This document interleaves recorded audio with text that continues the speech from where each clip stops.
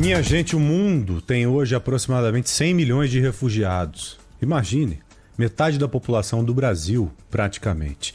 Pessoas que fogem de seus países, de suas casas, porque correm risco de morte mesmo. Seja por uma ameaça cruel mesmo, armada, em outros sentidos, ou simplesmente porque não há comida, não há água em determinados locais. A pobreza muito presente. Nós costumeiramente acompanhamos nos telejornais e nos jornais como um todo aqui do nosso grupo, pessoas que fogem da África, fogem do Haiti, fogem atualmente do Afeganistão.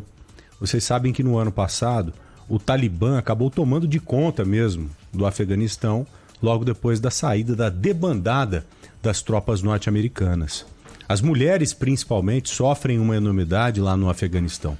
Não somente as mulheres, mas um cidadão, por exemplo, que simplesmente apoiou de alguma forma as tropas norte-americanas, certamente poderá sofrer algum tipo de retaliação.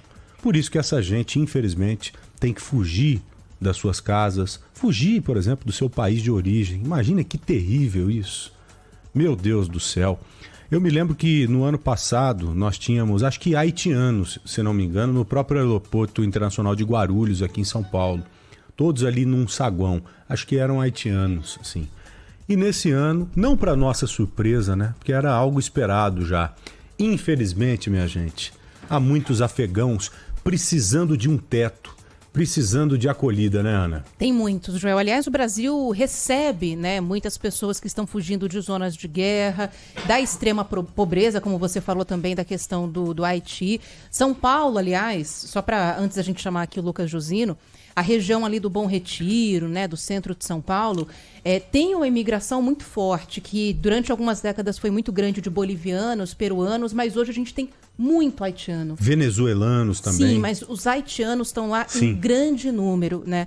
Então as cidades vão acolhendo essas pessoas que viram mão de obra, voltam a trabalhar e têm condições de vida aqui muito melhores do que no país onde estavam. Aliás, me marcou muito o Lucas Josino dizendo que hoje de manhã conversou com uma dessas pessoas no aeroporto de Guarulhos e dormir no saguão do aeroporto estava melhor do que lá no Afeganistão. Sem colchão nem nada. Um negócio absurdo. E a gente falou agora há pouco nos destaques que havia previsão de uma reunião, governo de São Paulo, prefeitura da capital, prefeitura de Guarulhos, para definir o que vão fazer com essas pessoas que estão aí no saguão do aeroporto de Guarulhos. Essa reunião já aconteceu, Josino? Qual que é a expectativa, hein? Boa tarde para você. Oi, Josa, boa tarde.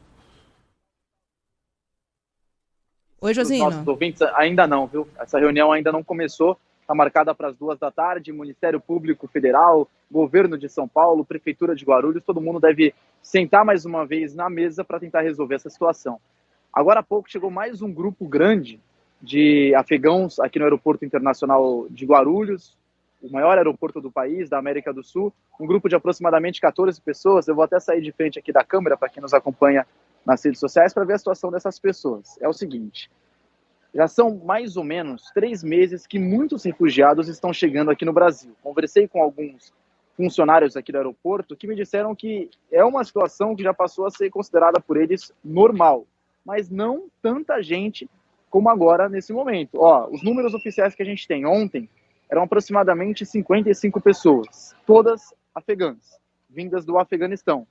Hoje pela manhã o número já foi maior, 72. E agora com esse grupo de 14 que chegou, também não faz muito tempo, mais gente ainda. Agora há pouco, por volta do meio-dia, meio-dia e meia, chegou um almoço, marmitas para essas pessoas. Algumas entidades, ONGs e a própria Prefeitura de Guarulhos está ajudando, trazendo doações, roupas, mas o que essas pessoas querem é uma resposta, e elas não têm nenhuma resposta sobre, por exemplo, o que fazer e para onde ir. Eu conversei com várias pessoas, muitas delas falam inglês, e elas estavam me contando, por exemplo, o Roman. O Roman estava me contando, ele é um garoto de 18 anos, ele saiu do Afeganistão porque o pai dele é um general do exército, ou ele era expulso, ou ele teria que trabalhar, de certa forma, entre aspas, para o Talibã. E ele decidiu sair com a família. E ele foi para o Irã, passou pela Turquia e alguns outros países, e chegou no Brasil no começo dessa semana, na segunda. E o Roman estava me contando que a maior dificuldade para eles hoje, além de saber para onde ir, não ter uma casa, não ter um lar, é não tomar banho. Eles não tomam banho. Não tomam banho porque não tem estrutura aqui no aeroporto. E eles não podem sair do aeroporto. Isso é uma determinação da própria Polícia Federal. E como eles não podem sair do aeroporto, não tem muito o que fazer aqui, não tem uma estrutura para tomar banho. Essa é a família do Roman, ele, a mãe e o pai. Os três estão aqui. Mas fora os três, muitas crianças, muitas famílias inteiras. Por exemplo, ontem tinha uma grávida aqui, de 9 meses, que passou a noite numa cadeira. Eu conversei com um representante aqui do posto avançado de atendimento humanitário da Prefeitura de Guarulhos, e ele me contou que essa grávida deu à luz hoje pela manhã, num aeroporto aqui próximo, num hospital aqui próximo, num hospital público aqui de Guarulhos. Ela deu à luz. E ela tinha passado uma noite antes de dar luz sentada. Não tinha nem deitado, porque não tem cama. Eles estão improvisados aqui, improvisando barracas, com doações, alguns travesseiros, mas pouca coisa. E venta bastante por aqui, venta muito. O aeroporto, essa parte, ela é bem fria, fica no mezanino do Terminal 2. E também algumas pessoas da Defensoria Pública da União também estão por aqui, tentando ajudar de alguma forma, trazendo esclarecimentos. Mas a grande resposta eles não trazem. Para onde essas pessoas vão e onde vão passar a noite. Por enquanto, elas vão ficar aqui. Teve uma outra história bastante interessante, João e Ana, para eu ser bem breve, que eu sei que o tempo é curto de vocês. É o seguinte, eu conversei com um outro rapaz que chegou ontem aqui também no Aeroporto Internacional de Guarulhos.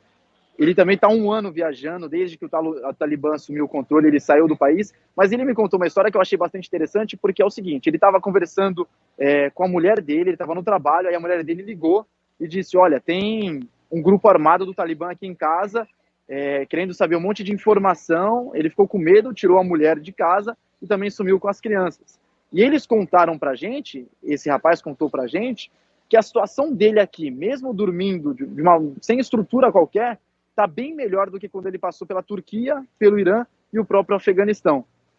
Eu percebo que eles aqui estão sem resposta, Ana e Joel, mas estão numa situação, numa condição bem mais favorável e bem melhor do que nos outros países que eles passaram. É uma questão humanitária emergencial. Meu Deus do céu. Imagina essa senhora, por exemplo, grávida, ficou sentada o dia inteiro, sem qualquer tipo de condição, de conforto. Então nós precisamos resolver de um jeito ou de outro. Já que eles estão aqui no Brasil, agora passa a ser nossa responsabilidade. Acho que ninguém vai tomar uma decisão desumana a ponto de mandá-los novamente lá para o Afeganistão. Não. Nós sabemos que essa é uma possibilidade remota e que terminaria em mortes, para te falar a verdade. A gente sabe muito bem como é que é esse regime, que vem tentando se mostrar bonzinho para o mundo e tal, mas a realidade não é essa. A face deles é completamente outra. Sem falar também em outros problemas que temos dessa natureza. Trazendo aqui para o nosso quintal.